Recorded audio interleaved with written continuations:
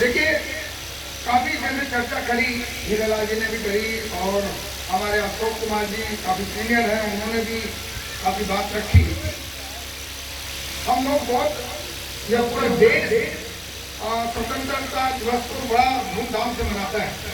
हम भी मनाते रहे, बचपन से सुनते आए, स्कूलों में भी सुनते आए, आपने भी देखा होगा, सुना भी होगा और आज भी देख रहे हैं, हम खूब जय जयकारा कर रहे हैं।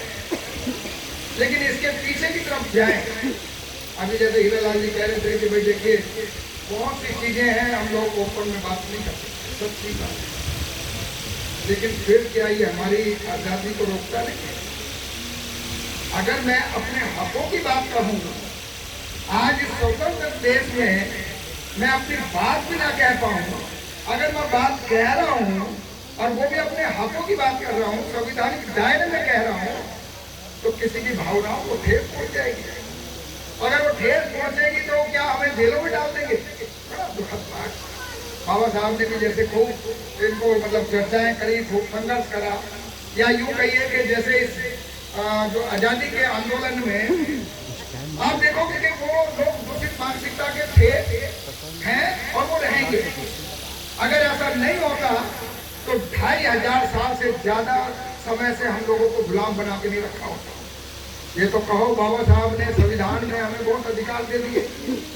आप खुद काम कर रही हो गांव गांव जाकर के एज ए कमांडर, आप देख रहे हो जब जाति चलेगी तो दूषित मानसिकता भी साथ साथ चलेगी। चाहे वो हमारा जज बन जाए, खुले शब्दों में मैं कह रहा हूँ, चाहे वो हमारा जज बन जाए, चाहे वो पुलिस प्रशासन में हो, चाहे वो देश का प्रदेश का मुख्यमंत्री हो या अन्य मंत्री हो या प्रधानमंत्री हो, तो जात लगी है तो वो मानसिकता तो बदलेगी। अब क्या हम लोग जो अंग्रेजों के गुलाम थे, देखिए इसको सोचिए, जो मैं कह रहा हूँ इस शब्दों में गौर करिएगा कि जो गुलाम थे अंग्रेजों के, वो तो आजाद हुए।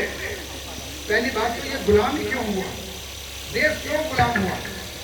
अगर वो इतने मतलब अपनी गाथा गाते हैं शौर्य वीर की कि हम ये थे, एक एक व्यक्ति हमारा 200 लोगों को काट मार देता था, एक जाति विशेष के लोग ही सुरक्षा का काम संभाल रहे थे, तो भाई हम मुगल क्यों आ गए? उसके बाद अंग्रेज क्यों आ गए? तुम्हें ऐसी क्या मजबूरियां थी कि तुमने और लोगों को नहीं दिया? उनको भी तुम रोजगार देते, उनको भी सेना में रखते। जैसे हमारे किसी साथी ने, मेरे को लगता है हीरालाल जी ने चर्चा करी कि उनके पास हजारों एकड़ जमीनें हैं।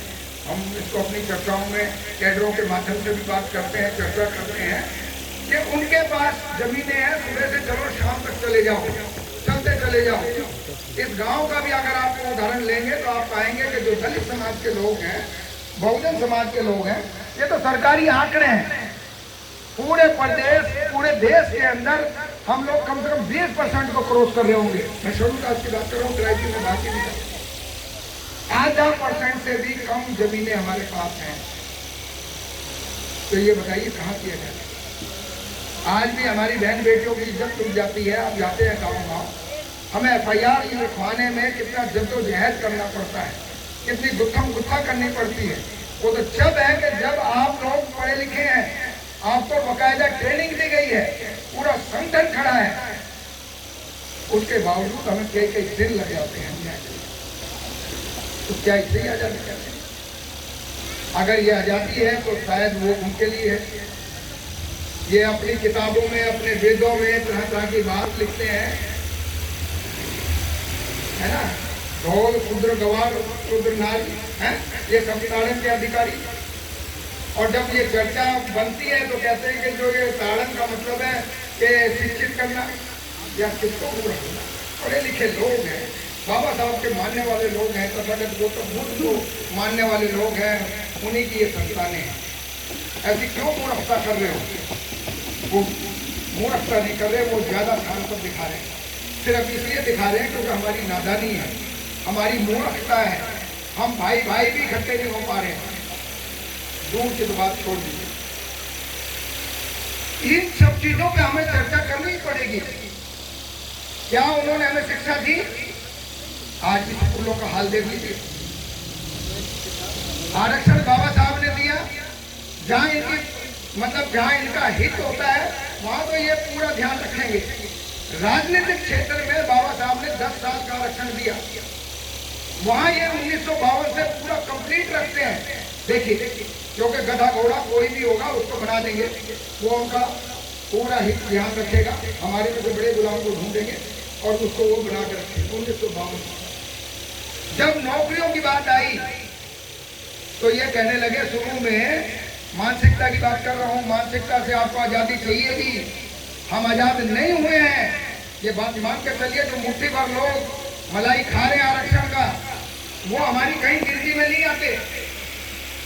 कितने करोड़ हम लोग हैं, अगर हम पूरे 85 को जोड़ दें तो 100 करोड़ से ज्यादा तो हम ही बैठे हैं, बल्कि 125 करोड़ के करीब हम लोग जा रहे हैं। और आप निकाल के देख लीजिए कि धनगढ़ती का कैसे बंटवारा है, कितनी परसेंटेज हमारी टोटल, इवन माइनॉरिटी को भी अगर उसमें डाल दें तो क्या हालत है। जैसे खुद नारा देते रहे और उस पर कोई कार्रवाई ना हो। अभी जितने दंगे हुए हैं उनमें आप देख लीजिए, निकाल करके खूब नाम आ रहा है, वीडियो आ रही है, कोई गिरफ्तारी नहीं, क्योंकि ये इस टाइप का माहौल बनाना चाहते हैं कि हम धर्म के नाम पर मतलब ऐसी चीजें करते रहे। ये किसी और तरीके से करते थे, इनसे पहले वाले किसी और तरीके से करते थे, पीछे हमारे जैसे लोग जाते हैं। नहीं तो ये नारा नहीं आता, हिंदू, हिंदी, हिंदुस्तान, ये शब्द नहीं आता। हिंदी, हिंदू, हिंदुस्तान कहाँ से आया? मुसलमान भगाओ इसे पाकिस्तान। क्या आजाद देश में जब बाबा साहब ने सब धर्मों को बराबर कर दिया, जातियों को भेदभाव खत्म कर दिया, तो क्या ऐसे शब्द आने चाहिए थे? जब ये नारा बोलता होगा, चिल्लाता होगा, तो वो मुसलमानों से पूछोगे उनके दिल पे क्या बीतती होगी। आप समझिए कि मैं इस देश का दौड़ी ना, मेरे पास मतलब सेकंड सिटीजन है, मैं मतलब मैं नागरिक हुई नहीं इस देश का। मतलब जब चाहो तो उनको हड़का लो, और जब चाहो तो जाति आधार पर दलित समाज को हड़का लो। इनकी मानसिकता यही थी। देखिए, बाबा साहब ने कहा कि भाई देखो ऐसा है, इनको तो आप आजाद करके जा रहे हो, अंग्रेजों से कहा भाई हमें भी तो आजादी दो इनसे। क्या हमने उन पर चर्चाएं करी? जब उन्होंने मान लो हमारी बात को माना, और जब ये बात रखी गई कि देखो भाई हम लोग 85% है, हम दबे कुचले लोग हैं, हमें सताया गया है, हमें डबल वोट का अधिकार दिया जाए, कि बाबा साहब ने बात रखी। लेकिन गांधी जी उसमें अड़ गए कि ना ना ये नहीं। तो ये जो जाति की मानसिकता है उनके लिए वो अच्छे हो सकते हैं, लेकिन जिनका हक मारा गया है उनके लिए वो अच्छे नहीं हो सकते। उनके लिए कोई भी हम लोग शब्द प्रयोग करें तो वो गलत नहीं होगा। अगर हम अपनी बात को कहें तो हम आतंकवादी कहलाएंगे। तो शायद उनको अगर लगता है तो वो जो मर्जी कहे, हम लोगों को अपनी बात को रोकना नहीं चाहिए। कौन सी बात कहाँ कहना है, हमें अपनी बात कहनी चाहिए। हम भारत देश के नागरिक हैं, हम मूल निवासी लोग हैं, हमें ये मंथन करना पड़ेगा। जब ये बात बाबा साहब ने उठाई, डबल वोट का अगर अधिकार होता तो आपकी और हमारी ये स्थिति आज ये नहीं होती। 77वां स्वतंत्रता दिवस हम लोग मना रहे हैं। आप भी जानते हैं, मैं भी जानता हूं कि हमारे लोगों की क्या स्थिति है। ये तो बाबा साहब की वजह से हम लोगों को आरक्षण मिला, जिसकी वजह से हम ये सारा कुछ कर पा रहे हैं। और वह हैं कितने लोग? मुट्ठी भर लोग हैं। इसी गांव का सर्वे करा लीजिए, मुश्किल से कितना 30 किलोमीटर पर लखनऊ है, 25 किलोमीटर पर लखनऊ है, राजधानी है। आप जाके स्थिति देख लीजिएगा आसपास के गांव की, आप तो बराबर जाते हैं। उन्होंने अपना जो जातीय कार्ड था, जो उनकी दूषित मानसिकता थी, उन्होंने वो खेला और बाबा साहब को मजबूर करा कि वो उनकी बात को माने। और बाबा साहब को भी इसलिए मानना पड़ा कि मेरे लोग अभी तैयार नहीं है, अगर ये मर गया तो कत्लेआम होंगे और हमारे लोग मारे जाएंगे। इसलिए बाबा साहब, भाई चुप हो जाओ, हटा हटो। बाबा साहब ने देखिए, अगर आपने पढ़ा पुनः व्यक्त का, तो उन्होंने बड़े बड़े शब्द उनके खिलाफ बोले हैं कि ऐसा दुरुस्त आदमी मैंने नहीं देखा। अरे एक बात बताइए, इवन आप इन सरकारों का भी विश्लेषण कर लीजिएगा, कोई भी हो। अरे भाई इनको एक बात बताइए कि वो वो हजार एकड़ जो जमीनें पड़ी हैं, ये ऊपर से लेके डबके नीचे आके खरीदी है ना, तो उन्होंने ऊपर से लेके आए हैं ये लोग। ये बात तो आप भी मानते हैं, हम कोई अंधविश्वास में विश्वास नहीं रखते। ये कर्मों का भी फल नहीं है कि कह सकते हो कि पुराने कर्मों का फल है, हमारे दादा दादाओं का फल है। इस आजाद देश में तो ये बात, या नीचे आके खरीदी है, नीचे आगे भी नहीं खरीदी। अब जैसे मान लीजिए, मैं तो समझता हूँ कि इतना सा फर्क हुआ है। पहले इन्हें गुलाम मिलते थे, हमारे जो बाप दादा परदादा वो अनपढ़ रहे हैं। आज इनको गुलाम मिलते हैं, मजदूर मिलते हैं, वही मजदूर है। आज तो पढ़ा लिखा मजदूर मिलता है, वही गुलामी इनको करनी होती है। आज भी आप देख लीजिए, चाहे 10वीं पढ़ा हुआ है, 12वीं पढ़ा हुआ है, इवन ग्रेजुएट भी इनके खेतों में काम करते हैं। अगर खेतों में काम नहीं करते तो उनकी फैक्ट्रियों में काम करते हैं। जिसको मिलना चाहिए 60,000 लाख रुपए आज के टाइम के, उनको 10-10 हजार रुपए में, 5-5 हजार रुपए में शोषण किया जाता है। कौन आवाज आपकी उठाएगा? 132 MP जो आपके बराबर जाते हैं, 1952 से जा रहे हैं, तो वो कहाँ हैं? क्योंकि वो गुलामों को ढूंढ करके चुन के भेजते हैं। और यही पूरा पैक्ट था। बाबा साहब को इसी चीज का डर था कि हमारे जो सबसे बड़े गुलाम हैं, स्वार्थी लोग हैं, उन्हीं को चुन के वहां बिठा देंगे, उनका चेहरा दिखाते रहेंगे। इनकी बहन बेटियों की इज्जत लूटती रहेगी, लेकिन वो मुंह नहीं खोलेगा। उसको करोड़पति बना दो, लखपति बना दो, लेकिन वो औरों को लखपति बनाने की बात ना करे, ऐसा गुलाम उनको चाहिए था। हमारे लोग जो बीच बीच में बुद्धिजीवी की मैं बात बता रहा हूं आपको, मैं नहीं समझ पा रहा कि वो इस आंदोलन को समझ भी पाए। बड़ी बड़ी बातें हाकेंगे। आपने देखा होगा कि ये लक्ष्य संगठन 24.5 साल इसको हो गए हैं। आज तक हमने यहाँ कोई भी पद, मतलब जो कोई IAS PCS पैसे वाला MP MLA उसको स्टेज नहीं दिया कभी। 24.5 साल हो गए। कोई भी सोशल ऑर्गेनाइजेशन उठा के देख लेना, साल से दूसरा साल नहीं चलता। दूसरे साल में तो या तो पार्टी बना लेगा या किसी की जेब का संगठन हो जाएगा। ये हमारा सौभाग्य रहा कि हमें माननीय काशीराम जी के साथ काम करने का मौका मिल गया। उनसे ही पहला मौका था, वही लास्ट मौका था। वो पहले व्यक्ति थे जिनके साथ हमने काम करना स्टार्ट किया, और वही लास्ट व्यक्ति थे जिनके साथ हमने काम किया। तो शायद वो चीजें हम लोगों को मिल गई थी, या हम उस चीज को समझ गए थे। मुझे ऐसा लगता है कि अगर हम इसकी चीजों को, गहराई को समझेंगे, इस देश की जो पूरी सामाजिक संरचना को समझेंगे, आर्थिक चीजों को समझेंगे, तभी जाके चीजें बनेंगी। हमारे बुद्धिजीवियों का भी आप देखिए, अगर उनके पास थोड़ा सा घर अच्छा बन जाता है, थोड़ी सी बड़ी गाड़ी रख लेते हैं, 2-4 लाख रुपए अगर अकाउंट्स में पड़े हों, तो जमीन पे पैर रख ही नहीं रहे। उनकी बॉडी लैंग्वेज एकदम बदल जाती है। मार बड़े बड़े जिनको दूसरे के बेचारे का एक शादी नहीं कर पाता है, एक गांव का या उन्हीं के जो रिश्तेदारों में, और वो 25वीं सालगिरह ऐसे मना रहे होते हैं 5 स्टार होटल में। बताइए कितना दुखद पार्ट है। हम अगर सामाजिक हैं तो ये चीजें हम लोगों को समझनी पड़ेगी। हमारी लड़ाई अभी खत्म नहीं हुई है। और यूं कहो कि साहब काशीराम जी ने जो चीज दी या बाबा साहब ने दी, तो ये हमारी लड़ाई जारी है। कभी ये कम हो जाती है, कभी ज्यादा हो जाती है। जब आप तेजी की तरफ, आगे की तरफ बढ़ेंगे, तो ये तोड़ने का प्रयास करेंगे। अगर आप में अच्छी दमदारी है, टूटेंगे नहीं, बिकेंगे नहीं, तो इनको घुटनों के बल ला के खड़ा कर देंगे, जैसे माननीय काशीराम जी ने कहा करते। आप देख लीजिए कि कितने लोग आज भी हमारे बैकलॉग खाली पड़े हुए हैं। आज भी हमारा पूर्ण आरक्षण नहीं है। अगर आज भी टीचरों की भर्ती कर दे देश के अंदर, तो जितने हमारे युवा बैठे हैं सब भर्ती हो जाएंगे। पुलिस की भर्ती कर दें, आर्मी में, एक बात मेरे को बताओ, जितने ये यहाँ युवा बैठे हैं, अगर ये गोली उसका बंदूक का ट्रिगर अगर ना इसको दबा पाए, तो जब हम इसका मानने के इनमें काबिलियत नहीं है। अरे भाई मौका तो देकर देखो, कोरे गांव का उदाहरण तो लेकर के देखो, क्योंकि वो जानते हैं कि अगर ये वहां गए, पुलिस में ज्यादा आ गए, आर्मी में चले गए, तो बंदूकें चलाना सीख जाएंगे और ये जज्बाती हो जाएंगे। वीर तो है ही है ये। अगर महार कोरे गांव का उदाहरण देख लें, तो 5 महारों ने 28,000 जो उनके कौरवा पंच वो थे, उनको उड़ा के रख दिया था। 500 ने सिर्फ तो ये हम कोई मरी गिरी उसके नहीं, हम मान लेते हैं कि हम लचर हैं, गरीब हैं, क्योंकि बहुत सालों से हम लोगों ने आर्थिक और स्तर नहीं देखा, बड़ी मुश्किल से 2 पैसे आरक्षण की वजह से मिले हैं, तो चुपचाप घूमते रहते हैं, अपनी बात को तरीके से नहीं कह पाते हैं। कई लोगों ने मेरे को कहा कि जो अच्छे प्रोफेसर्स भी हैं कि जब यूथ का कैडर करवाइए। मैंने कहा चलिए 15 अगस्त को हम लोग कैडर कर रहे हैं, यूथ इसमें ज़्यादा होंगे, कि जब वो तो ओपन में होगा।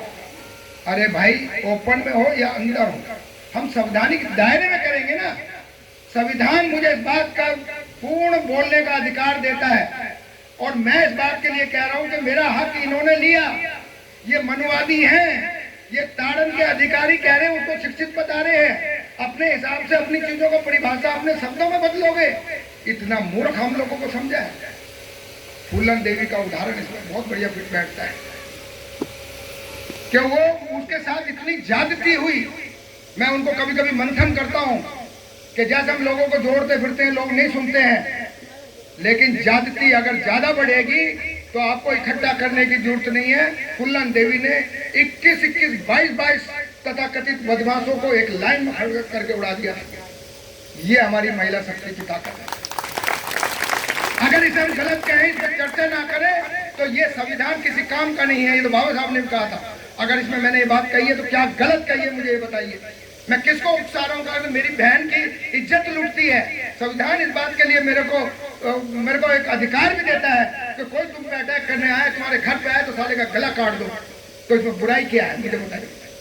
हमारे समाज में हम पे आए दिन अन्याय अत्याचार होता है, और हम अन्याय अत्याचार मतलब सहन करते रहे। एक IPS अधिकारी थे, एक बार मेरे घर पे आए, हल्के से 10 लोगों में चर्चा हो रही थी, आज से कोई 7-8 साल पहले की बात है, लखनऊ की। मैंने उनसे कहा कि ये बताइए, देखिए जो मैं कह रहा हूँ सोचिएगा मैं क्या कह रहा हूँ। मैंने कहा कि भाई पूरे देश में, और आप तो पुलिस अधिकारी हैं, और ये अधिकारी जो समाज में घटनाएं हो जाती है, बहन बेटी की इज्जत लूट जाती है, मार दिया जाता है, कत्लेआम कर दिया जाता है, एक कहीं से कुछ बोल नहीं पाते हैं। कहते साहब हम सरकारी अधिकारी हैं और हम सरकार की नौकरी में बंधे हुए हैं। मैं मानता हूं कि कुछ नियम कायदे कानून होते हैं, हम भी पढ़े लिखे हैं। मैंने एक उदाहरण दिया कि यही आपकी बहन के साथ होता, आपकी पत्नी के साथ होता, तो आप पुलिस स्टेशन इसलिए नहीं जाते कि वो आप सरकारी नौकर हैं, कि मर गई है तो मर जाने दो, बलात्कार हो गया तो मुंह मत खोलना, किसी को बताना तक भी नहीं। तो इसका मतलब ये हुआ कि जो हमारे नेता हैं उन्होंने तो बेड़ा करा ही करा। जो हमारे अधिकारी हैं, खास तौर पर ज्यादातर लोग, सभी नहीं, ज्यादातर लोगों ने भी इस समाज का बेड़ा गर्क किया। वो अपने तक सीमित रहा। हमें इस चीजों पर मंथन करना पड़ेगा और ईमानदारी से काम करना पड़ेगा। दुश्मन बड़ा मजबूत है, हम उसको दुश्मन ही कहेंगे अगर जिसने हमारे हक मारे हैं, हमारी बहन बेटियों की इज्जत लूटता है, हमारे साथ कत्लेआम करता है, पुलिस में बैठ के SSP DIG होकर के हमारी FIR नहीं लिखते हैं। अगर तो आपने दबाव में लिखवा भी दिया तो अरेस्टिंग नहीं करते हैं, कानून को अपने हिसाब से ट्विस्ट करते हैं, उसको तोड़ मरोड़ते हैं। अभी नजदीक का ही था, रायबरेली का उदाहरण था। 8 तारीख की घटना, 8 अगस्त की, 8 जुलाई की। हमारी महिला कमांडर वहां वो प्रोग्राम करने गई थी। इनको किसी ने बताया कि ऐसे इस गांव में घटना घटी। पासी समाज के परिवार पर ठाकुर समाज के लोगों ने अटैक किया, बुरी तरह अटैक किया। आज भी मेरे पास वीडियो है, फोटो है। 2 घरों पर अटैक किया। जब हमारी कमांडर उनको फोन पे मतलब बात हुई तो उन्होंने पहले वाले में तो उन्होंने वो कर दिया FIR। अब हमें भी नहीं पता कि दूसरे घर पे भी अटैक हुआ है। जब ये वहां मिलने गई उनसे अस्पताल में तो पता लगा कि 70-75 साल की महिला जिसके दोनों हाथ तोड़ दिए, उसकी बहू को भी वहीं वो मारा है, उसको भी, वो भी हॉस्पिटल में है। ये साथ वाला परिवार था। 8 तारीख से घूम रहे थे, उनकी FIR नहीं लिखी गई पासी समाज का। जब ये पहुंची तो SSP ने कहा कि नहीं लिखेंगे, खड़े शब्दों में था। बराबर मेरे से कनेक्ट बना हुआ था इन कमांडरों का। और ये तो क्योंकि अपने हिसाब से गई थी, एक गाड़ी से शायद गई थी कि भाई चलो मिल के आते हैं। अगर हमें भी पता होती तो हम भी पूरी तैयारी से जाते, हम भी 20-30 गाड़ियों से जाते, अपनी बस से जाते, वो भी हमारी ताकत को देखते कि ये लक्ष्य संगठन क्या करता है। तो उसने मना करा कि नहीं करेंगे। एसएचओ का भी रवैया बहुत बेकार था, लेकिन जब इन्होंने उनको ललकारने की कोशिश करी तो वो उन्होंने घुटने टेक दिए कि मुझे 1 दिन का टाइम दे दो, हम जांच कर लें। जब इन्होंने अपनी पढ़ाई लिखाई का हवाला दिया कि एसपी साहब, डीएसपी साहब ये बताइए कि SC/ST एक्ट कहता क्या है, कि पहले जांच होनी चाहिए या पहले FIR होनी चाहिए। अब वो अटक गया कि नहीं 1 दिन का मोहलत दे दीजिए। ये रात के कोई 8 बज गए थे। देखिए जब इन्होंने मेरे को बताया, मैंने कहा कोई टाइम नहीं देना है, आप लाइव आइए, जरूरत पड़ेगी तो सारे कमांडर्स वहाँ पहुँचेंगे, अभी पहुँचेंगे 1-2 घंटे के अंदर। जब इन्होंने उनको ललकारना स्टार्ट किया, आधे घंटे में FIR की कॉपी इनके हाथ में है। ये ताकत है, ये ताकत है आप लोगों की। लेकिन ये तो चलो हमने छोटी मोटी ताकत बनाई, अभी तो हमें उनसे जो लड़ाई है, हमारी मार पिटाई है, उनसे ही हम लोग मतलब उनको डिफेंड कर रहे हैं अपने आप को कि हमें मत मारो, हमारे को जो मारा है जिन्होंने, उन पे भाई जो सजा बनती है वो दिलवाओ। हम तो इस चीज की लड़ाई कर रहे हैं, उन्होंने हमें फंसा के रखा हुआ है। अभी तो हमने अपनी मांगे ही नहीं रखी हैं। भाई ये देश में इतनी कंपनियां हैं, पहली बात तो निजीकरण किस लिए कर रहे हो भाई? देश का भी तो कोई फर्ज है नहीं है सरकारों का कि जो बड़ी बड़ी कंपनियां हैं, मान लो जैसे पोस्ट ऑफिस है, बैंक है, तो ये सरकार चलाएगी जब तो हमारा आरक्षण पूरा होगा। और इसमें क्योंकि जितनी भी कैपिटल इंटेंसिव जितनी भी कंपनियां होती हैं, जहाँ पैसा बहुत ज्यादा लगाना पड़ता है या फोर्स वाली जितनी चीजें होती हैं, वो सरकारी होती है। अब ये हो गया कि क्योंकि हमें भी आरक्षण मिलने लगा थोड़ा थोड़ा, तो इन्हें लगने लगा कि ये इसी की वजह से इनकी ऑक्सीजन इसी से मिल रही है, इस आरक्षण को खत्म तो कर नहीं पाएंगे। तो पहले तो ये कहते थे कि भाई उपलब्ध नहीं है। जब शुरू में हमारी मतलब लोग आने लगे तो कहने लगे कि ये उपलब्ध नहीं है। बाद में कहने लगे, जब पढ़ लिख करके आने लगे 10-20 साल बाद, तो कहने लगे कि ये सूटेबल नहीं है, उपयुक्त नहीं है। अब सोचने की बात है कि इन्हीं के हाथ में सब कुछ है।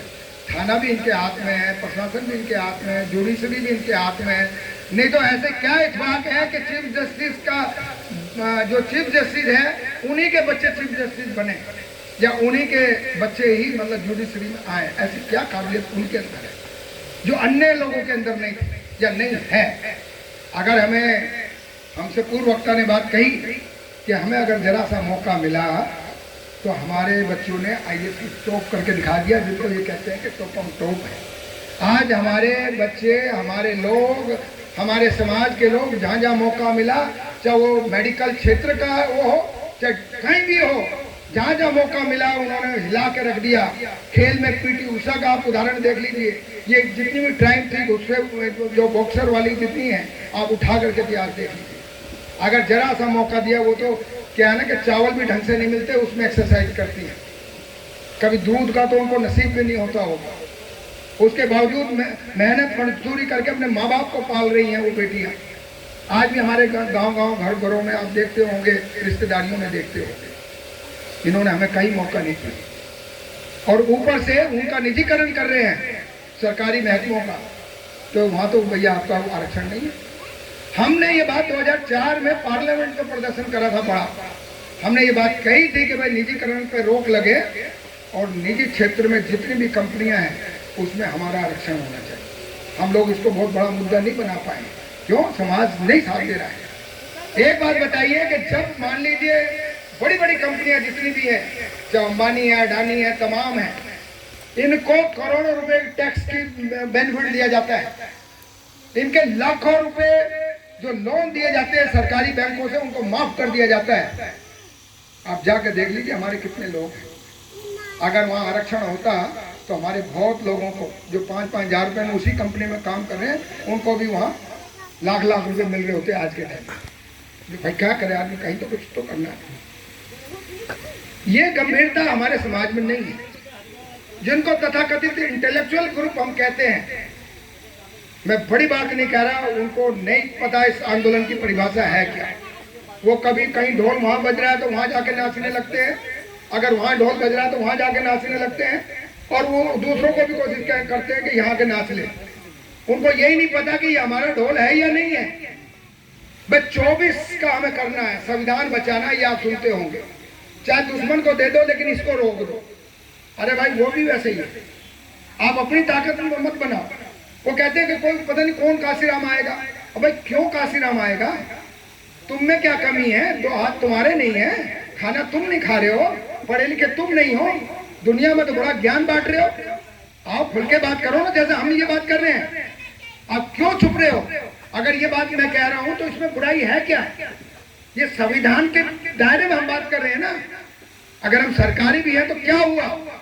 क्या हमारी बहन बेटियों की इज्जत लुटती रहे? हम सहन करते रहे? हम लोगों को इकट्ठा होना। अभी तो एक आजादी हुई है जब 85% लोग यहाँ आराम से रह पाएंगे। ना किसी को मुस्लिम के नाम से, किसी को सिख के नाम से कत्लेआम होंगे, कई दलितों के नाम पे कत्लेआम होंगे, इनकी बहन बेटी सुरक्षित होगी। ये तो मैं सुरक्षा की बात ही कर रहा हूँ। तो उनको धनधरती का भी तो हिस्सा मिलना चाहिए। हमारे पास रहने के लिए भी जगह नहीं है, इनके पास इतनी जमीनें हैं, तो सरकार ने क्यों नहीं एक्वायर करी? अभी तक एक्वायर करें। अभी हमें थोड़ा सा ही मौका मिला था, माननीय काशीराम जी ने जरा सा मौका दिया, पूरा प्रदेश बौद्ध में हुआ। उसमें किसका नुकसान हुआ? बौद्ध ने तो नहीं कहा कि हिंदू यहाँ से भाग जाइए, या फलानी जात यहाँ से भाग जाइए, या सिखों को हम मानेंगे, या मुसलमानों को करेंगे। कभी सुना आपने? या हमारी सरकारों में चीज सुनी? तो साहब काशीराम जी ने एक चीज तो आपको दे के गए, और शायद उनकी जल्दबाजी में एक बात ये रही होगी कि मेरे पास उतनी उम्र नहीं है, मैं जल्दी से इनको इस बात का एहसास करा जाऊं कि तो तुम इस देश के हुक्मरान भी बन सकते हो। नहीं तो हम दूर दूर तक नहीं सोच सकते थे, क्योंकि उसमें लाखों करोड़ों रुपए चाहिए। उन्होंने सिस्टम बताया कि छोटे छोटे संसाधनों को बड़े आंदोलन के लिए खर्च किया जाए। हम लोग एक एक व्यक्ति अगर इकट्ठे हो जाएं तो हम पहाड़ को चीरते हुए चले जाएंगे। और जो मनवाद है, जो अपने उस पर ताकत पे घमंड करता है, हमारी बातों को भी नहीं सुनता है, वो घुटनों में आ जाएगा। जब माननीय काशीराम जी काम कर रहे थे तो सामाजिक आंदोलन था उस टाइम में, कोई सरकारें नहीं बनी थी, छोटे मोटे प्रयास किए थे DS4 के माध्यम से। राजीव गांधी प्रधानमंत्री थे, उनके पीछे पीछे चलते थे। साहब कहते थे मैं इस झोपड़ी से निकलता हूँ, उसमें पहुंचता हूँ, वो वहां आ जाता है। मेरे को प्रेसिडेंट बनाने के चक्कर में घूम रहे थे, मेरे को ऑफर दिया कि राष्ट्रपति बन जाओ। उन्होंने कहा भाई मैं एक उसमें कन्फाइन नहीं होकर के रहना चाहता, मैं किसी कमरों में बंद होकर नहीं रहना चाहता, मैंने तो कफन बांधना है और मैं समाज में काम करूँ। हमारे लोगों को भी, खासतौर पे युवाओं को, देखिए मैं फिर एक बात कह रहा हूँ कि अपना जीवन यापन करने के लिए आप कोई भी काम करिए, लेकिन आंदोलन में उससे बढ़ चढ़ करके हिस्सा लीजिए। हम बराबर अपने कमांडरों को या एक समाज को भी मतलब संदेश देते हैं कि भाई जैसे मुझे सुबह खाना बनाना है, रोटी खानी है, उसी प्रकार से आंदोलन की चर्चा भी डेली होनी चाहिए, आपके दैनिक कार्यों में शामिल होनी चाहिए। जब हम ये करेंगे तभी हम मनवादियों से लड़ पाएंगे। और आपको लाइन खींचनी पड़ेगी, कौन दुश्मन है कौन दोस्त है, ये गलत नहीं कह रहा मैं, संवैधानिक दायरे में कह रहा हूँ। अगर कोई दुश्मनी हमारे साथ कर रहा है जाति आधार पर, धर्म के आधार पर, तो उसे दुश्मन नहीं कहोगे तो क्या कहोगे? अगर वो दुश्मन नहीं है, हमारा भाई है, तो हिस्सेदारी कर दे, हमें भी जमीनें बांट दे, हमारे को भी अधिकार दो, हमारे लोगों को भी भाई कुछ मान सम्मान दो। जाति के आधार पर आज भी शोषण होता है, कितना हम लोगों ने सहन किया, आप लोगों ने सबने सहन किया, और अभी भी कर रहे हैं। तो यूं कह दे कि आज हम नहीं कर रहे हैं तो वो गलत है, वो अपने आप को धोखा दे रहा है। और जैसा अशोक जी कह रहे थे कि सबसे आसान है, सुनिए सुनिए भाई सुनो, इधर की तरफ सुनो, इधर की तरफ सुन लो। अरे भाई पंखा एक जने बना रहे हो कि सब जने इधर देखो। अपने आप को धोखा देना स्टार्ट कर दो। अशोक जी ने ये बात कही, भाई आसान है, कह रहे मैं तो अब बहुत बड़े बंगले में हूँ, मेरा पति तो डॉक्टर है और हमारे पास तो लाखों करोड़ों रुपए है, मेरी कोठी कई करोड़ की है, अपने आप को धोखा दे रहे हैं। जो ये बच्चे आएंगे जिनको डॉक्टर और जो बड़े बड़े इंजीनियर बना रहे हो, 10,000 रुपए में दूसरे की नौकरी करेंगे, जब आपको समझ आएगी कि ये तो बाबा साहब की वजह से मिल गया था, लेकिन उन्होंने बाबा साहब का भी कार्ड निकाल लिया है, उन्होंने निजीकरण कर दिए। अब आपके बच्चे डॉक्टर सरकारी कितने लोग बनेंगे? धीरे धीरे सब खत्म कर दो। अगर सरकारें अपनी बनेंगी तो 70% आपका रिजर्वेशन होगा, जैसा कि हमारी सरकारों में हुआ। हम कितना भी उस आंदोलन को लेकर विश्लेषण करें, लेकिन अच्छी चीजों का भी हमें विश्लेषण करना चाहिए। ये आंदोलन की ही ताकत थी कि जो बड़े बड़े बौद्ध में पार्क बने, पूरा प्रदेश बौद्ध में हो गया, लेकिन हमारे लोग विशेष तौर से अपने दलित समाज के लोग जो शेड्यूल कास्ट शेड्यूल ट्राइब हैं और इवन पिछड़े वर्ग के लोग हैं, उनको तो अभी आंदोलन की ABCD का भी बहुत दूर तक नहीं पता है। अगर पता होता तो बाबा साहब उनके घर घर में होते। जिस हिसाब से बहुजन समाज में, खासतौर पर दलित समाज ने अपनाया, मैं कहूँ जाति का नाम लेकर के भी एक दो जातियों ने उनको खूब अपने घरों घरों में लिया और आंदोलन आज अपनी पीक पे गया, प्रकाशता रखी उसकी। बड़े बड़े वनवादी लोग थे, जो बड़े बड़े अधिकारी थे, जब सरकार बनने जा रही थी तो मैं उस टाइम में कानपुर में ही था। उन्होंने रिक्वेस्ट करना स्टार्ट करा कि हमें दिल्ली में भिजवा दो, हमें दिल्ली ट्रांसफर कर दो। इतना भय था। जैसी पहली विधानसभा में लोग गए थे, आपने देखा होगा कि दूसरी मानसिकताओं के साथ में आमना सामना भी हुआ, लेकिन हम तादाद में वहाँ भी ज़्यादा थे और जीत के भी अच्छे गए थे, तो उन लोगों को मैदान छोड़ करके भागना पड़ा। बस मेरा तो अपने जितने भी साथी हैं 15 अगस्त मनाइए, लेकिन इसमें तो अंग्रेजों के गुलाम आज़ाद हुए थे और उस आज़ादी की लड़ाई में हमारे बहुत लोग हैं जिनका नाम इतिहास में सब दबा दिया गया, क्योंकि लिखने वाले भी यही हैं।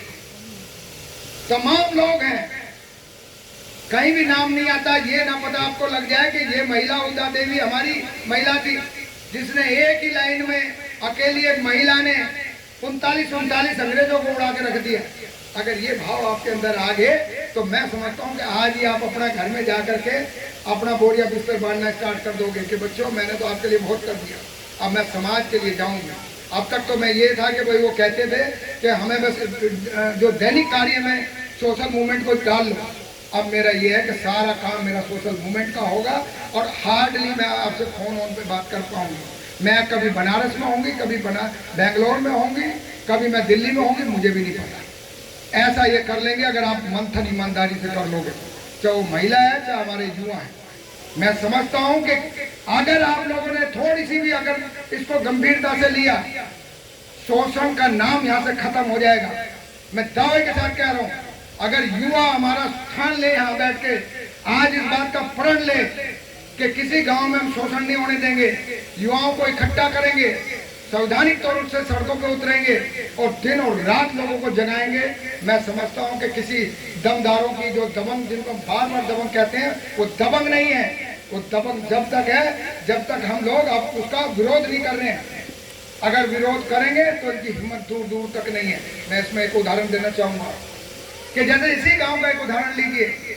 हमारे लोग हैं, कोई अदर कास्ट के लोग हैं, दबंग लोग हैं, तथाकथित उच्च जात के लोग हैं, वो आके दबंगाई करते हैं। अब हम लोग कमजोर हैं, ना जमीन है, ना जायदाद है, ना कुछ है। थाने में जाते हैं, कोई सुनता नहीं है। अपने नेता के पास जाते हैं, वो साला फोन तक नहीं उठाता है। तो जाए वो आता है और गाली गुप्तार करता हुआ हमारे बस्ती से निकल के जाता है। यह प्रैक्टिकल बात बता रहा हूँ, ध्यान दीजिएगा इस पर। और ये अब नहीं, मैं ये 25 साल पहले भी लोगों को कह रहा था। अगर ये फार्मूला अगर अपना लोगे तो हमारी गारंटी है कि दूर दूर तक शोषण का नाम मिट जाएगा। और जहाँ जहाँ पहुँची हैं तो मैं समझता हूँ उस गाँव में दोबारा शोषण नहीं हुआ होगा। वो दबंग आते हैं और गाली गुप्तार करते हुए निकल जाते हैं, बहन बेटियों को छेड़ते हुए चले जाते हैं, टिकट टिप्पणी करते हुए चले जाते हैं, जाति सूचक शब्द बोलते हुए चले जाते हैं। दारू के नशे में हम इतना डेयरिंग नहीं कर सकते, साहस नहीं कर सकते कि उनको रोकें। अगर हमने उनको कहने का प्रयास किया तो वो मुट्ठी भर लोग इकट्ठे होकर के हमारे 50 लोगों पे भारी पड़ जाते हैं, आके हमारे घरों में अटैक कर जाते हैं, घरों में आग लगा देते हैं। लेकिन जब लक्ष्य संगठन जैसे संगठन आगे आए, उन्होंने लोगों को जागरूक किया और वो युवा इसमें जुड़ने लगे। अब उसे दिखाई दिया तो गलत है भाई, बन्नौर की घटना इसमें जबरदस्त है, उसका अगर उल्लेख किया जाए तो हम बाद में करेंगे। अगर मैं उसका यही उदाहरण दूं कि वो जो कमांडर थे, उन्होंने मान ला ये बात कही, अरे और मेरे साथ में हमारी कमांडर्स की एक आवाज करूंगा तो जाएंगे। और एसएसपी की और उसकी क्या हिम्मत है कि वो हमारी एफआईआर ना लिखे। जब इतना सा साहस उसको दे दो, बस ना आपकी जरूरत पड़ेगी ना पुलिस की जरूरत पड़ेगी।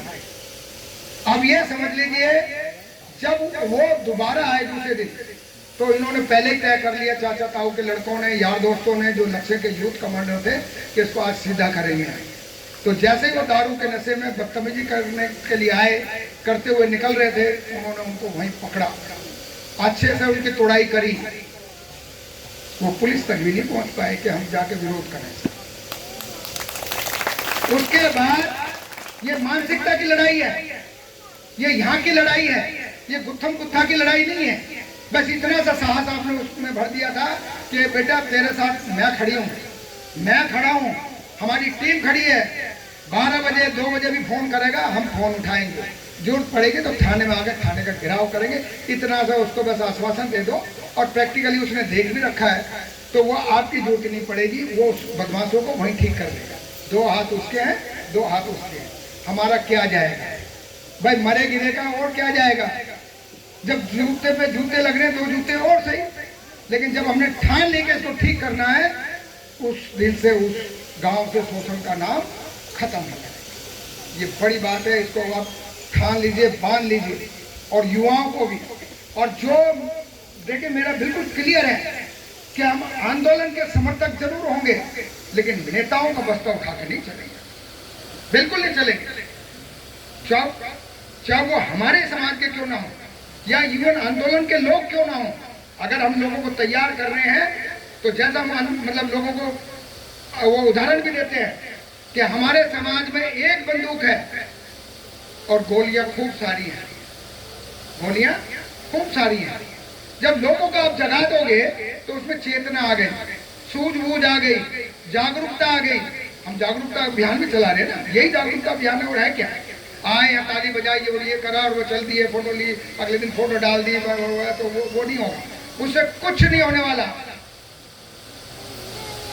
जो ये अभियान अगर आप कंटिन्यू चलाओगे, मैं समझता हूं कि इसके परिणाम भविष्य में बहुत जबरदस्त है।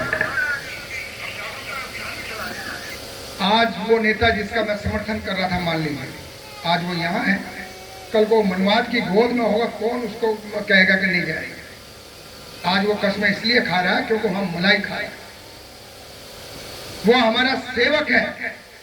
जैसे मोदी जी कहते हैं ना, वो गलत नहीं कह रहे हैं, सेवक है।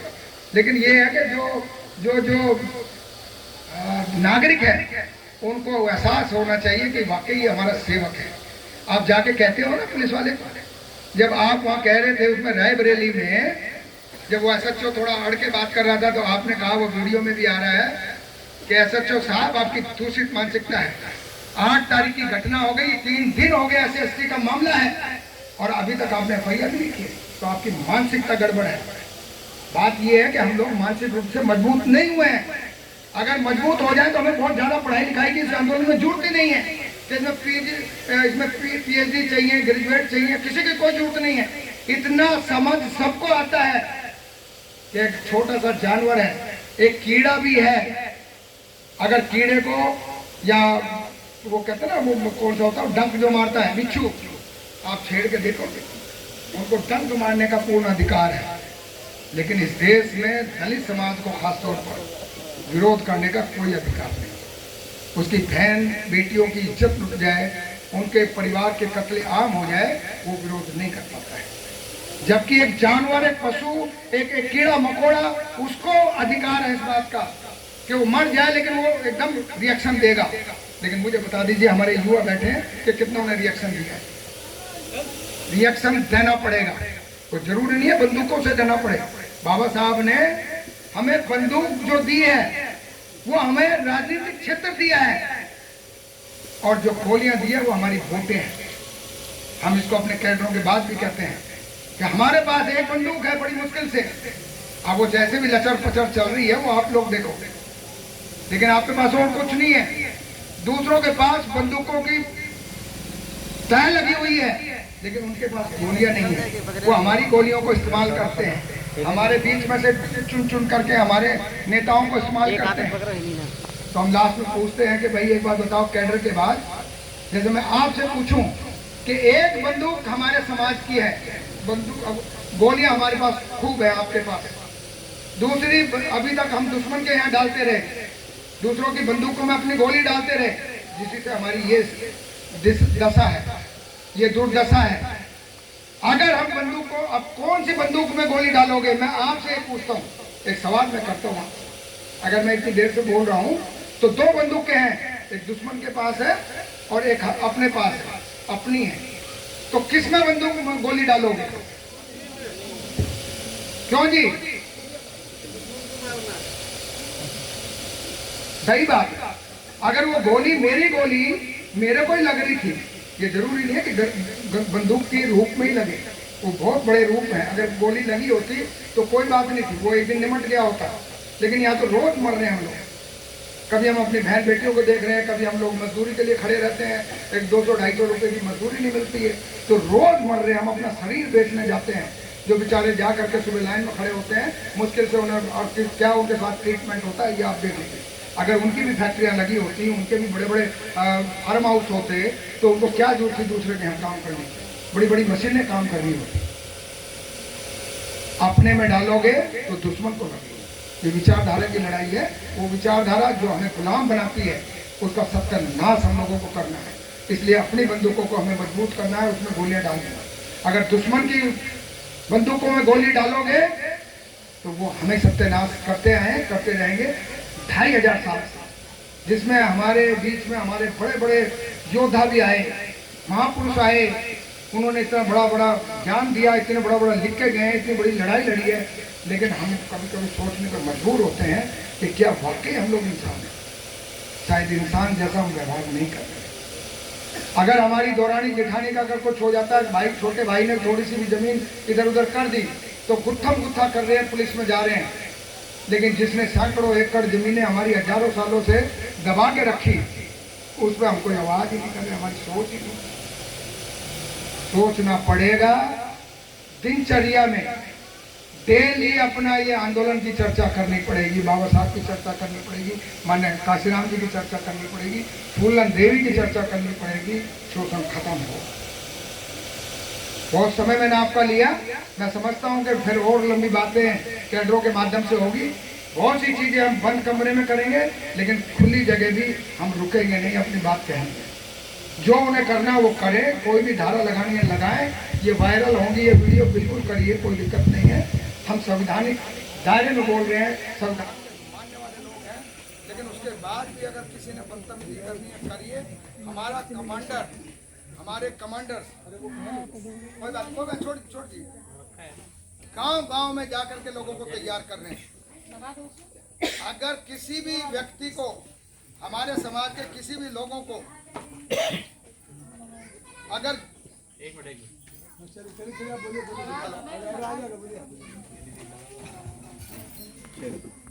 हेलो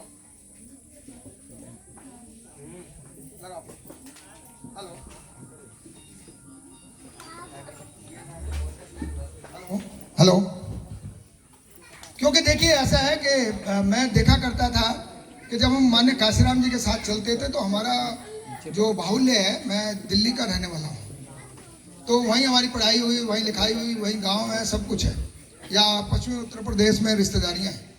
मैं देखा करता था कि जाटों का बाहुल्य है, लेकिन वो इतना खड़ा बोला करते थे कि किसी की हिम्मत नहीं थी कि कोई तू करके भी बात कर दे, और अकेले चला करते थे, बिगर बंदूक के चलते थे, यूं ही सीधी सादगी में चला करते थे। एक बात इससे सीख होगी कि हम भी इसको लक्ष्य को 24.5 साल से चला रहे हैं, डॉक्यूमेंटेड है। 26 जनवरी 1999 से चला रहे हैं। गांव जा करके हम लोग बात करते हैं, खुल्लम खुल्ला बात करते हैं। ये रथ हमारे पास है, हरियाणा में हमारा रथ अलग था, वो भी गांव में जाता है। किसी की हिम्मत नहीं है कि वो कोई भी इसको टिक्का टिप्पणी कर दे। संगठन के सामने खड़ा होना, यानी कि आप जब इकट्ठे हो जाएंगे, कितना बड़ा दबंग है, उसके चू नहीं निकलेगी, बल्कि सरकारें उतर के नीचे आएंगी। आप जिस दिन यहाँ लखनऊ में देखिए, पॉलिटिकल आप रैलियां करो वो अलग है, और चीज़ों पे करो वो अलग है, बाबा साहब की जयंती पे इकट्ठे हो जाओ वो अलग है, 15 अगस्त पे इकट्ठे हो जाओ वो अलग है, लेकिन अपनी मांगों को लेकर के उसका 10% भी अगर आप राजधानी में उतर जाओगे, 20,000 की जैसा हमने तय किया है, अगर 20,000 लोग बहुजन समाज के अपनी मांगों को लेकर के अगर यहाँ उतर आएंगे, मेरी गारंटी है कि यहाँ का चीफ मिनिस्टर और ये सब आपके चरणों में आके गिरेंगे कि बताइए कि क्या आपको मांगे हैं। आपको ना सरकारें बनाने की जरूरत है, ना कुछ और करने की जरूरत है। नेताओं के पास जाओगे तो वो यही कहेंगे कि यार हमारी सरकारें नहीं है। तो सरकारें नहीं है तो क्या मेरी बहन बेटियों की इज्जत लुटती रहे? मैं भूखा मरता रहूं, इनकी गुलामी करता रहूं, तो मैं तेरे को लात मारता हूं। तो मेरे यहाँ दिखाई मत देना कभी भी। ये शब्द हमें यूज करने पड़ेंगे। जो दो दो नाव में चलते हैं वो कभी भी कामयाब नहीं होते। काशीराम जी ने अगर दो दो नाव पे पैर रखा होता कि मैं राष्ट्रपति भी बन जाऊं और मैं आंदोलन भी चला लूं, नहीं कर पाते। या मैं इससे भी समझौता कर लूं, उससे भी कर लूं, वहां लिप्त हो जाऊं, नहीं कर पाते। 64 में चले थे। देखिए, आंदोलन को पहचानना सीखिए, इसका फॉर्मेट है। आप खुद ही समझना स्टार्ट कर जाओगे कि ये हमारे समाज के गुलाम लोग हैं या हमारे समाज के शुभ चिंतक हैं। काशीराम जी को अच्छे से समझ लीजिए। 64 में स्टार्ट किया आंदोलन, 84 में जाके पार्टी बनाई। उस व्यक्तित्व को, उस महान व्यक्तित्व को, उस ईमानदार व्यक्तित्व को, उस निडर व्यक्ति को 20 साल लगे एक पार्टी बनाने में। आप समझ लीजिए, इससे पहले जो चीजें बनती हैं वो गुलामी की ही बनती हैं, ऐसा मान के चलिए। मैंने भी अपने अनुभवों से यही अनुभव किया और अपने महापुरुषों को मंथन करके यही चीज समझी है कि जो चीज पहले बनेगी वो आपको गुलामी की तरफ धकेलेगी आने वाले समय। कोई भी संगठन अगर वो 5 साल कर गया तो उस पर उम्मीद कर सकते हो कि हाँ ये कुछ करेगा। नहीं तो सामाजिक संगठन जितने बनते हैं 2 साल के अंदर खत्म हो जाते हैं। या तो किसी की जेब के संगठन बन जाते हैं या वो अपनी पार्टियां बना लेते हैं, या वो 2 साल में पार्टियां बना करके हेलीकॉप्टर में घूमने लगते हैं। आपको लगेगा यही है। वो मनुवाद को खूब गालियां देते हैं। आप भी कहोगे यार मनुवाद को तो गाली दे रहा है, सरकार को भी यार क्रिटिसाइज कर रहा है। लेकिन यही तो है मनुवाद का गेम कि हमारे बीच में से उठाएंगे जो हमारे बड़े आंदोलन को कमजोर करेंगे और मनुवाद को गाली देंगे, ब्राह्मणवाद को गाली देंगे। तब आपको लगेगा अरे यार ये तो बहुत बढ़िया आदमी है। लेकिन कुछ समय के बाद पता लगेगा कि यार ये भी वही धकल में निकल आया। आप देख लीजिएगा इसको। मैं बहुत लोगों को ये उदाहरण देता रहा कि अगर आम का पेड़ है, बेस्ट से बेस्ट नस्ल जो है 2.5-3 साल के बाद फल देती है। अगर कोई मेरे को आके ये बोले कि हमने ऐसी नस्ल बनाई है कि 1 हफ्ते में वो फल देना स्टार्ट करेगा, बंद कर दो भाई, 1 हफ्ते में फल देना स्टार्ट करेगा, सुन लीजिए। और फल भी कैसा देगा, जो 3 साल में 10 किलो दे रहा था पहली बारी में 10-20 किलो, ये कई 3-4 क्विंटल दे देगा। अगर आपने फिर भी शक नहीं करा तो मेरा ख्याल आपका भी मानसिक लेवल सामाजिक स्तर पर उतना नहीं है। ये हमें समझना पड़ेगा। लोगों को वो दिखावे भी होते हैं, इसलिए कोई और लड़ने नहीं आएगा, हमें अपनी लड़ाई खुद लड़ना पड़ेगा। कोई काशीराम जी नहीं आएंगे, कोई बाबा साहब नहीं आएंगे, कोई और हमारे जो और कुछ लड़ भी रहे हैं तो वो हमेशा इस दुनिया में नहीं रहेंगे।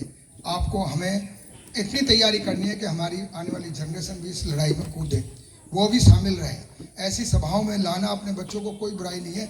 मैं समझता हूँ अगर वो ऐसी जगह आ जाएगा तो इतना निडर हो जाएगा, जिस क्षेत्र में जाएगा, जिस एग्जाम में बैठेगा, दूसरे से तीसरी बार उसको नहीं होने देगा, उसको काबू कर लेगा, कहीं भी मार नहीं खाएगा, किसी के आगे झुकेगा नहीं।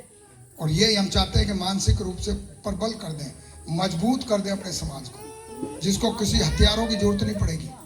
वो इतने मानसिक रूप से इतने मजबूत हो जाएंगे कि मेरे ख्याल से हम लोग यहाँ का सब कुछ पलट देंगे। ये जो लड़ाई है ये विचारधारा की है, ये राजपाट की है, क्योंकि राजपाट के माध्यम से ही आपको विचारधारा को दूसरे को खत्म करोगे। जैसे माननीय काशीराम जी भी कहा करते थे कि धर्म जो होता है वो एक तरह सत्ता धर्म होता है, जिसकी सत्ता होती है उसका धर्म होता है, वही सत्ता। देख लो आप खूब हिंदुवाद चल रहा है, जबरदस्त पार्लियामेंट में कर लिया और आपके 132 MP देखते रह गए और खूब चिल्ला के बात कर लो, कुछ नहीं है। उन्हीं के लोग होते हैं, उन पे कभी भी शोषण नहीं होता। ये तो माननीय काशीराम जी ने भी कहा कि शोषण जातियों पर कभी भी कोई उनकी बहन बेटियों की तरफ गलत निगाहों से नहीं देखता है। तो इसलिए हमें अच्छे से उधर की तरफ देखना होगा। बहुत बहुत धन्यवाद आप सबका कि आपने सुना। मैं समझता हूं कि कुछ मैं कैडर की कुछ पंक्तियां आपको दे पाया, और एक जरूर मैं आज ही मैंने नोट करी, इस कविता को मैं कई बार अच्छे से देखता रहा और आज मैंने इसको बड़े अच्छे से सुना और मैं लेके भी आया। और इसको देखिएगा कि क्या हम आज़ाद हैं। ये नवंबर 1981 में ओम प्रकाश वाल्मीकि जी ने लिखी थी। अच्छे लेखक थे, अच्छे चिंतक थे समाज के। आप लोगों ने उनका हो सकता है बहुत लोगों ने नाम भी ना सुना हो। हमारी ऐसी जो शख्सियत थी उन लोगों को हम लोग जान भी नहीं पाए हैं, पहचान भी नहीं पाए हैं। लेकिन देखिए जब काम करो तो ईमानदारी से। ईमानदारी का मतलब ये नहीं है कि किसी के ने पैसे दिए और मैंने पैसे वो डकार दिया, ये ईमानदारी नहीं है। ईमानदारी ये है कि जो अपने आप को धोखा नहीं दे रहे हो। जैसे अशोक जी ने कहा कि अपने आप को धोखा देना आसान है, आप आसानी का रास्ता मत ढूंढिए। तो मैं ये कविता आपको पढ़ के बताता हूँ और इसमें देखिए कि कितना दर्द है और आज़ादी की चीज़ें आप लोगों को दिख जाती हैं कि क्या हम लोग आज़ाद हैं, क्या हम लोग आज़ाद हैं। ये गांव की परिस्थिति में लिखा है और ये सभी जगह इसमें मतलब ये लागू होती है। चूल्हा है मिट्टी का, चूल्हा है मिट्टी का, मिट्टी तालाब की, तालाब है ठाकुर का। ये है सच्चाई। आपका क्या है? भूख रोटी की, भूख रोटी की, रोटी बाजरे की, बाजरा खेत का, खेत ठाकुर का। बैल ठाकुर का, हल ठाकुर का, हल की मुट्ठी पर हथेली अपनी, फसल ठाकुर। कुआं ठाकुर का, कुआं ठाकुर का, पानी ठाकुर का, खेत खलियान ठाकुर के, गली मोहल्ले ठाकुर के। तब अपना क्या? गांव, शहर या देश, क्या है अपना? कितनी बड़ी बात इसमें की कही गई है। आप सोचिए, इसको मंथन करिए कि आप कहाँ स्टैंड कर रहे हैं। आज हम चूल्हे की बात नहीं कर रहे हैं, आज हमारे घरों में गैस लगी हुई है, पाइपलाइन लगी हुई है, बड़ी बड़ी गाड़ियों में चल रहे हैं। मेरे खास तौर पर जो बड़ी बड़ी गाड़ियाँ चलाने वाले लोग हैं, बड़े बड़े बंगलों में रहने वाले लोग हैं, उनसे ज़्यादा मेरी उम्मीद है। ये तो बेचारे हमारे गांव के लोग हैं, इनको तो एक चिंगारी दिखाइए। काशीराम जी ने गांव-गांव झुग्गी झोंपड़ियों में जा करके, जो गांव के लोग झुग्गी झोंपड़ियों में शहरों के किनारे रहते थे, नालों के किनारे, उन्होंने उनको जाकर तैयार किया। उनमें हम भी गांव-गांव जाते थे और वो झोंपड़ियों को जला देते थे। तो वो कैंप लगाते थे, वहाँ कैंप लगाते थे, खाने का कैंप लगाते थे, उनको समझाने का कैंप लगाते थे। तो इन्होंने तो चिंगारियों को शोले बनाया है गाँव के लोगों ने। जो पढ़े लिखे लोग हैं, जिन्होंने आरक्षण का फायदा उठाया है, जिम्मेदारी उनकी ज़्यादा है। और मैं समझता हूँ कि उन पर भी ज़्यादा समय बर्बाद करने की जरूरत नहीं है कि इसने पढ़ा लिखा है, इसने आरक्षण का फायदा ले लिया, काम कुछ कर नहीं रहा, उनको पढ़ा रहने दीजिए। आप इस आंदोलन के लिए मुट्ठी भर लोग ही हुआ करते हैं, आगे चलने वाले लोग मुट्ठी भर ही होते हैं, पीछे पीछे तो भीड़ चलती है, अपने साथ में अंगारे लेके चलती है। कल को शोले बनेंगे। बहुत बहुत धन्यवाद सभी का। जय भीम, नमो बुद्धाय।